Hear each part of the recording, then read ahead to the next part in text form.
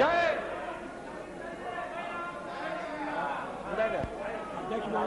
Yes. Please, your Prime Minister is speaking.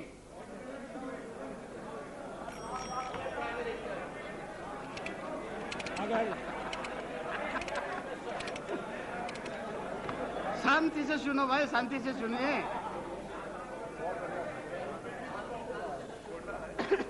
इस कोलाहल के बाद अगर सदन मुझे शांति से सुनने के लिए मन बना सके तो मैं बड़ा आभारी हूंगा।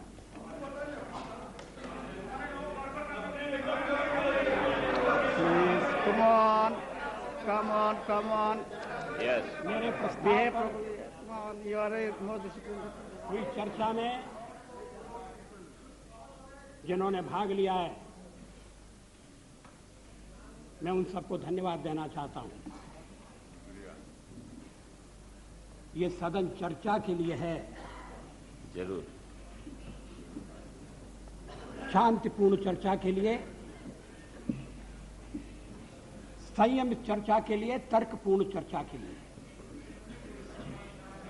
कुछ मित्रों का प्रयत्न था कि कोई चर्चा न हो,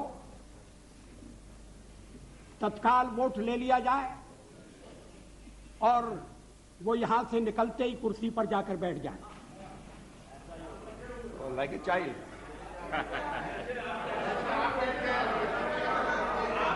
उधर से जैसे आवाज बैठ आ गए। रही है कि ऐसा ही होगा, जैसे आप बैठ गए और आवाज आ रही है कांग्रेस के बेंचों से।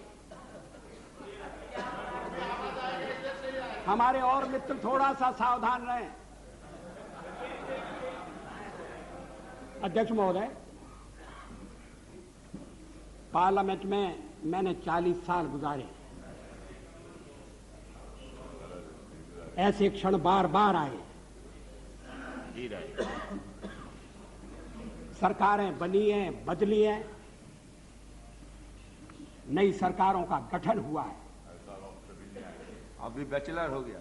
लेकिन लोकतंत्र No, please don't make this kind of remarks. No, it's okay. लेकिन हर कठिन परिस्थिति में से भारत का लोकतंत्र बलशाली होकर निकला है और मुझे विश्वास है कि इस परीक्षा में से भी बलशाली होकर निकलेगा।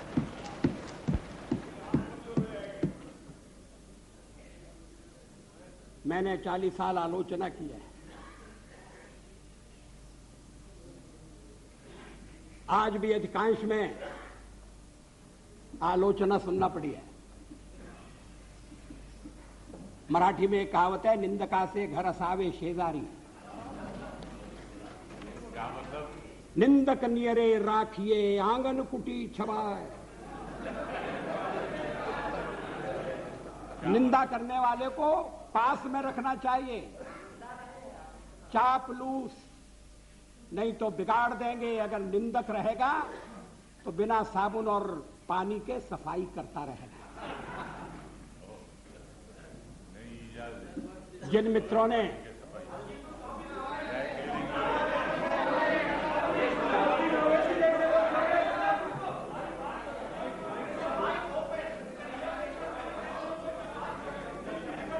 वो शिकायत कर रहे हैं, कौन?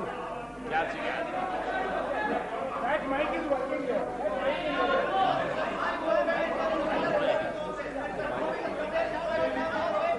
What is happening? अध्यक्ष महोदय,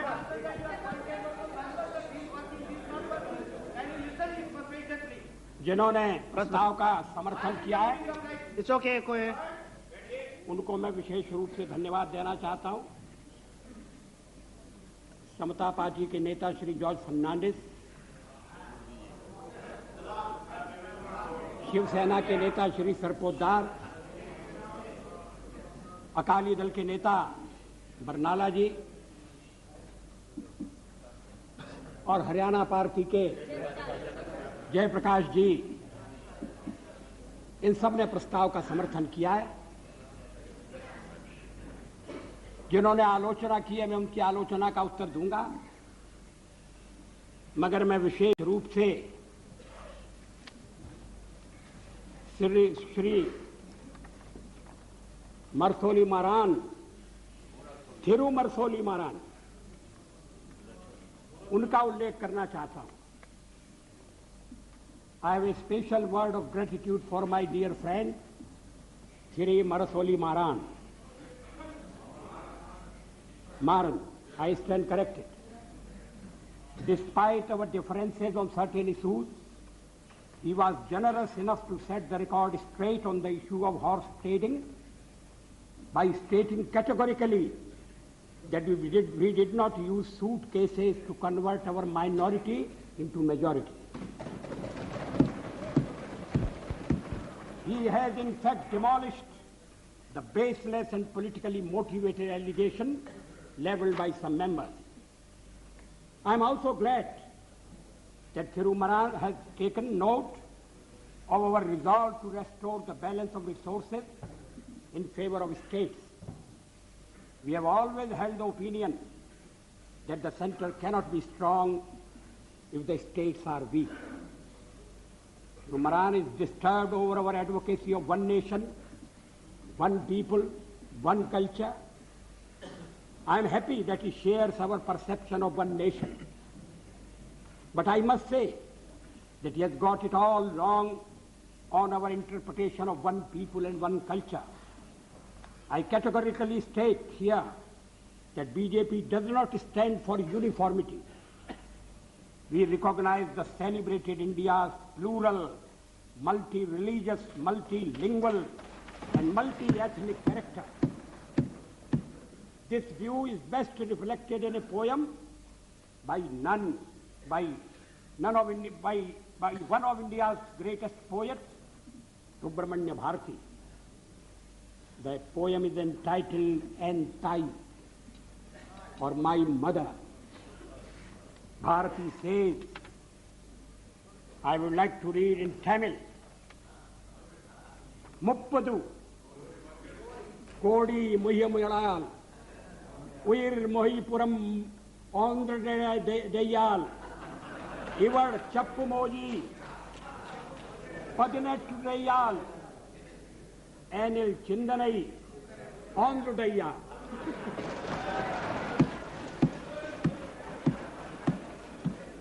इसका मैं हिंदी में अनुवाद कर दूं. Thank you. This is not for the first time. I read something in Tamil in my address to the United Nations. इसका हिंदी अनुवाद इस प्रकार है. 30 कोटि, उस समय देश की आबादी 30 करोड़ थी. 30 कोटि मुखमंडल वाली है मेरी मां. एक है उसकी काया और आत्मा. भाषाएं वो 18 बोलती है, किंतु एक है उसका चिंतन.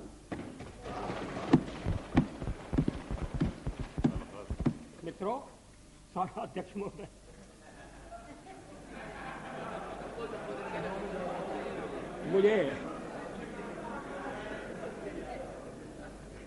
मुझ पर आरोप लगाया गया है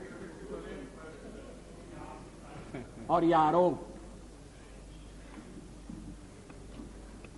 मेरे हृदय में घाव कर गया है. आरोप यह है कि मुझे सत्ता का लोभ हो गया है और मैंने पिछले 10 दिन में जो कुछ किया है वो सत्ता के लोभ के कारण किया है. अभी थोड़ी देर पहले मैंने उल्लेख किया कि मैं 40 साल से सदन का सदस्य हूं. सदस्यों ने मेरा व्यवहार देखा है, मेरा आचरण देखा है. जनता दल के मित्रों के साथ मैं सत्ता में भी रहा हूं. कभी हम सत्ता के लोभ से गलत काम करने के लिए तैयार नहीं. यहां श्री शरद पवार बैठे हैं. जब मेरे मित्र जसवंत सिंह जी भाषण कर रहे थे तो शरद पवार नहीं थे. वो जसवंत सिंह जी कह रहे थे कि किस तरह से शरद पवार ने अपनी पार्टी तोड़कर हमारे साथ सरकार बनाई थी, सत्ता के लिए बनाई थी या महाराष्ट्र के भले के लिए बनाई थी, ये अलग बात है, मगर उन्होंने अपनी पार्टी तोड़कर हमारे साथ सहयोग किया. मैंने तो ऐसा कुछ नहीं किया. बार बार इस चर्चा में स्वर जनाए सुनाई दिया है कि वाजपेयी तो अच्छा है मगर पार्टी ठीक नहीं।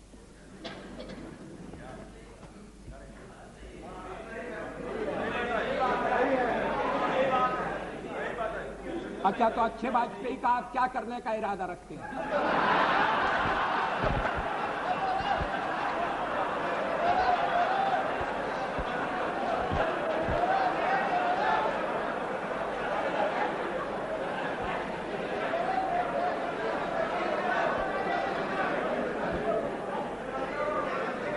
अध्यक्ष महोदय, मैं नाम नहीं लेना चाहता, मैं शरद जी का भी नाम नहीं लेना चाहता,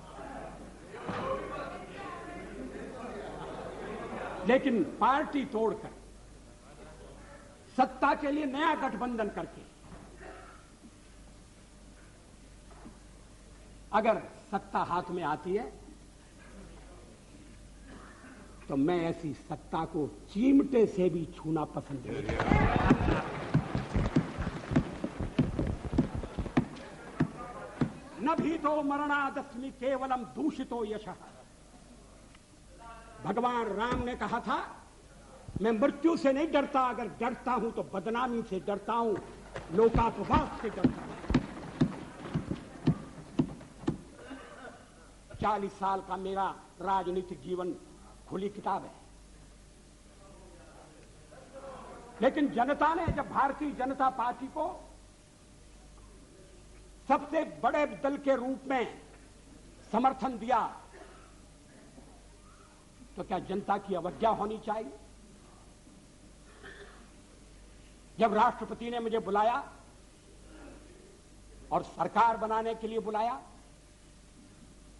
और कहा कि कल आपके मंत्रियों की शपथ विधि होना चाहिए और 31 तारीख तक आप अपना बहुमत सिद्ध कीजिए, तो क्या मैं मैदान छोड़कर चला जाता? मैं पलायन कर जाता?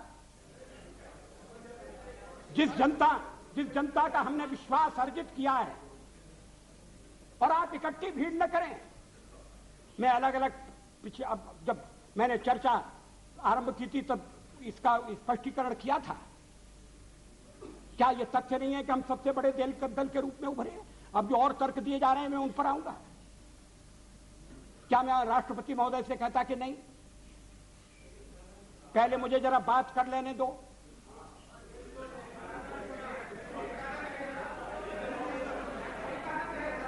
जब वो कह रहे हैं कि कल शपथ विधि होगी और मुझे समय दे रहे हैं 31 तारीख तक का, तो मैंने कहा कि 31 तारीख के जो समय दिया जा रहा है उसका मैं सदुपयोग करूंगा, अन्य दलों से चर्चा करूंगा, उनका समर्थन प्राप्त करने का प्रयास करूंगा, एक कॉमन प्रोग्राम के आधार पर हम आगे बढ़ सकें, इस तरह का वातावरण बनाने की कोशिश करूंगा। इसमें क्या आपत्ति की बात है? इसमें कौन सा सत्ता का लोभ है? और फैसला केवल मेरा अकेला नहीं था, पार्टी का फैसला था। अध्यक्ष महोदय, आखिर जब एक बार 31 तारीख शक्ति परीक्षण के लिए तय हो गई, और शक्ति परीक्षण पार्लियामेंट में ही हो सकता है, राष्ट्रपति भवन में या राजभवन में हो, ये तो इसका तो हमने कभी प्रतिपादन नहीं किया। तो सदन की बैठक बुलाना जरूरी था, सदन की बैठक में राष्ट्रपति का अभिभाषण जरूरी था। हम तो कोई और भी काम रख सकते थे, कम से कम राष्ट्रपति को उनके अभिभाषण के लिए धन्यवाद देने का काम तो रख ही सकते थे।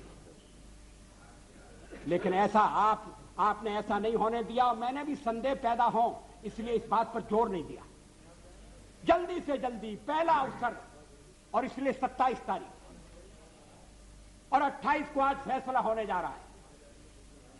हम बल दे सकते थे कि नहीं, हमें 31 तक का समय दिया गया है, हम कुर्सी पर बैठे रहेंगे। अध्यक्ष महोदय, कमर के नीचे वार नहीं होना चाहिए, नियत पर शक नहीं होना चाहिए। मैंने ये खेल नहीं किया है, मैं आगे भी नहीं करूंगा। लोकतंत्र एक व्यवस्था है, अब कहा, अब गिनाया जा रहा है आपको कितने % वोट मिले। हमने जो वेस्टमिनिस्टर की पद्धति अपनाई है उसमें वोट नहीं गिने जाते हैं, प्रतिशत नहीं देखा जाता है, उसमें सीटें देखी जाती हैं। दोनों काम साथ नहीं हो सकते। ये कोई लिस्ट पद्धति वाला प्रोपोर्शनल रिप्रेजेंटेशन नहीं है। और मैं इस पद्धति के दोषों को पहले से इंगित करता रहा हूं। कभी कभी ऐसा हो सकता है कि जिस दल को देश में बहुमत न हो वो दल अधिक सीटें लेने में सफल हो जाए। कभी कभी ऐसा भी हो सकता है कि वोट ज्यादा हो और सीटें कम हो।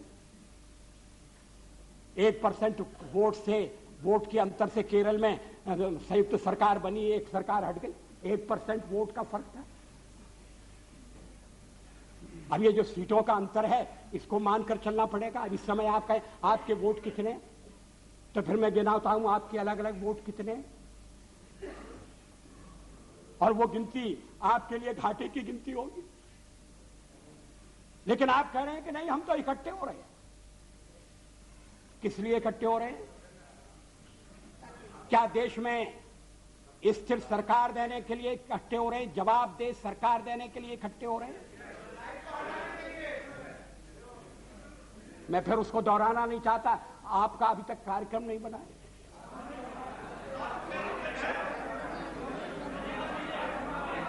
उस कार्यक्रम को लेकर आप जनता के पास नहीं गए। जिस जनादेश की आप बात कर रहे हैं, % वोट की बात कर रहे हैं, वो अलग अलग प्रदेशों में मिला है, अलग अलग कारणों से मिला है। तमिलनाडु में मेरा तो कोई झगड़ा नहीं था डीएमके से, लड़ाई तो कांग्रेस से थी। और यही स्थिति आंध्र में हुई। आंध्र में हम तो लड़ाई में कहीं नहीं थे, लड़ाई हो रही थी कांग्रेस के साथ, और कहते जनाधिकार हमारे खिलाफ चला गया। ये कैसा जनाधिकार है? आप कहिए, आप कह रहे हैं, दबे दबे कह रहे हैं, साफ साफ कहिए, खुलकर कहिए कि हम किसी भी कीमत पर आपको सत्ता में नहीं आने देंगे। ये भाषा ठीक नहीं है। इस भाषा के पीछे जो भावना है वो और भी गलत है। हिटलर का हुआ खड़ा किया जा रहा है इस सदन में। फासिस्ट वाद पैदा हो रहा है। इस तरह की यहां जो पहली बार सदन में आए, जिन्हें सदन की मर्यादा का भी पता नहीं है, वो इस तरह की भाषा बोल रहे हैं। मैं 40 साल से हूं